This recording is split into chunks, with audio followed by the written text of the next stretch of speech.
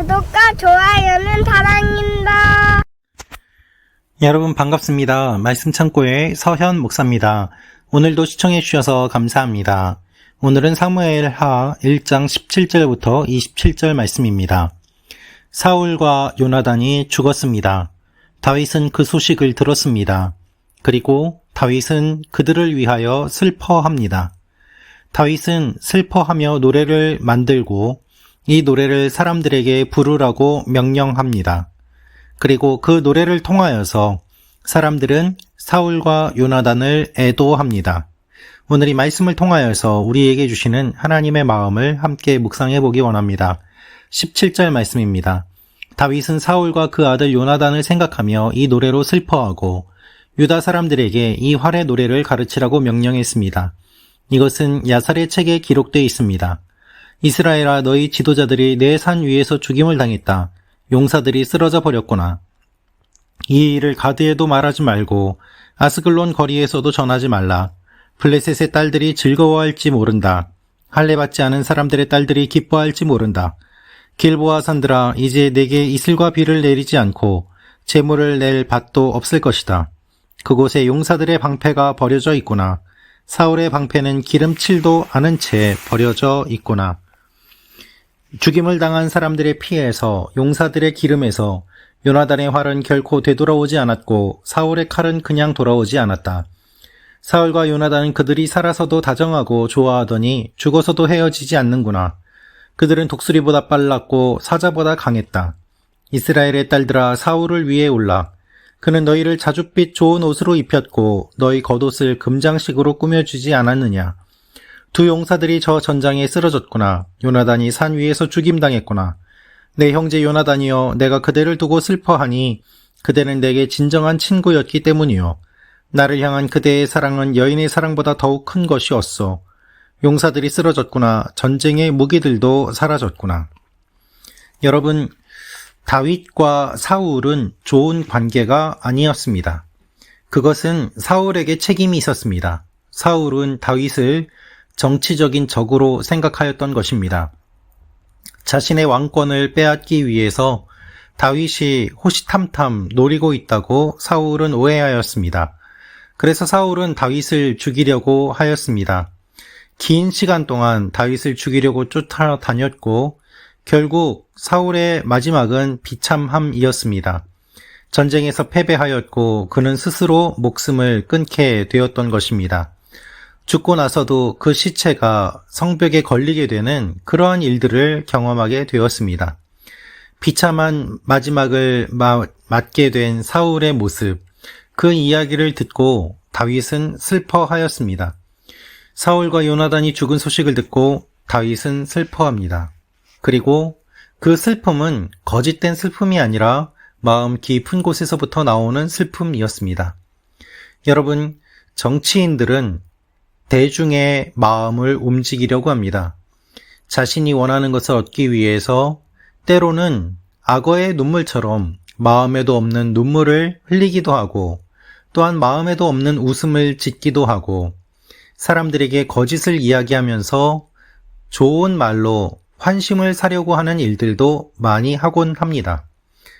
특별히 선거철이 되면 사람들의 마음을 얻기 위해서 길거리에 나가서 인사를 하기도 하고 절을 하기도 합니다. 평소에는 만나지 않던 사람들을 만나기도 하고 또한 연락을 하기도 합니다. 그것이 정치인들의 모습입니다. 그런데 여러분, 사람들은 바보가 아닙니다. 진심에서 우러나오는 인사인지 아니면 거짓으로 하는 인사인지 그들이 하는 모든 행동이 진심인지 거짓인지 사람들은 다 보고 있기 때문입니다. 다윗은 정치적인 것으로 계산하고 있지 않습니다.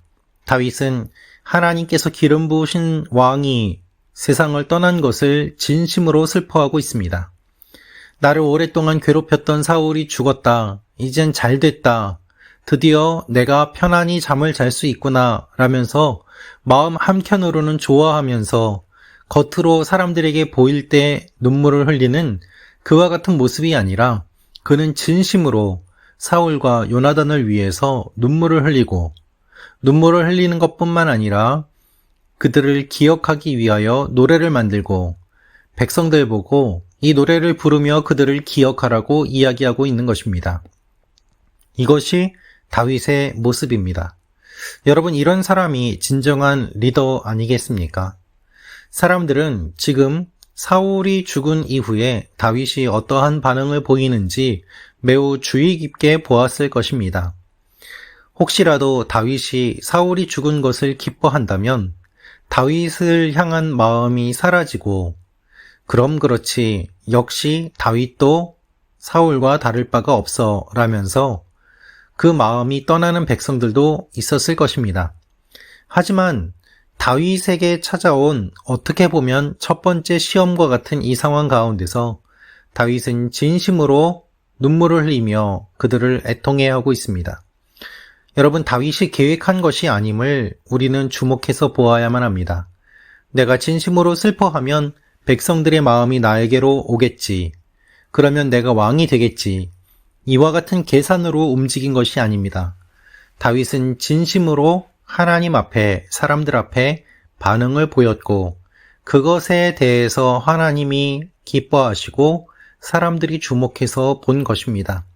사랑하는 말씀 참고 가족 여러분, 우리는 살면서 처세술이라는 이름으로 사람들의 마음을 사기 위한 여러 가지 기법들과 방법들을 연구합니다. 그러나 여러분, 그것들을 배우는 것도 중요하지만 정말 중요한 것은 우리 자신의 모습입니다. 내 마음이 어디에 있는지, 나의 중심이 어디에 있는지, 나의 인품과 나의 성격이 어디에 뿌리박고 있는지, 어떠한 모습이고 어떠한 존재인지, 그것이 훨씬 더 중요한 것이죠. 사람들은 그것을 말하지 않지만 다 주목해서 보고 있습니다. 여러분들도 사람들을 그렇게 보고 있지 않습니까? 말은 하지 않지만 속으로 다 알고 있습니다. 그리고 주목해서 보고 있습니다. 정치인뿐만 아니라 우리가 관계를 맺는 모든 사람들, 우리가 사회생활을 하면서 모든 관계 가운데 그와 같은 것들을 잣대를 가지고 바라보며 저울질하고 있지 않습니까? 그래서 하나님의 심판도 두렵지만 사람들이 바라보는 비판과 심판의 모습도 두렵습니다. 사람들의 기준에 통과하지 못하는데 어떻게 하나님의 기준에 통과할 수 있겠습니까? 다윗은 지금 진심으로 애통해하고 있습니다. 그리고 그것은 하나님 보시기에, 사람들 보기에 좋은 것이었습니다. 누군가를 위하여 눈물을 흘리고 특별히 자신을 죽이려고 했던 원수의 죽음 앞에서도 눈물을 흘리며 그 죽음을 애통해하는 다윗의 모습, 이것이 하나님께서 우리에게 원하시는 모습입니다.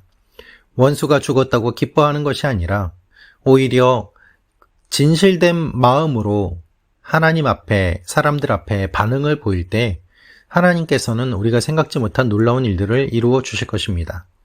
거짓으로 행하는 것이 아니라, 그리고 처세술로, 테크닉으로 살아가는 것이 아니라 우리의 진심으로 살아가는 일들이 일어나기를 원합니다.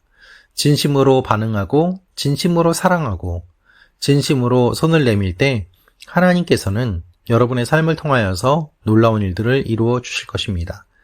오늘 하루도 그러한 삶을 살아가시는 여러분과 제가 되기를 원합니다. 기도하겠습니다. 아버지 하나님, 하나님 앞에 진실하게 살아가는, 진실하게 반응하는 하나님의 사람들이 되게 하여 주옵소서. 거짓된 위선과 테크닉과 처세술로 살아가는 것이 아니라 우리의 존재 자체에 주목하며 진실한 모습으로 살아가는 하나님의 백성들이 되게 하여 주옵소서. 예수님의 이름으로 기도합니다. 아멘.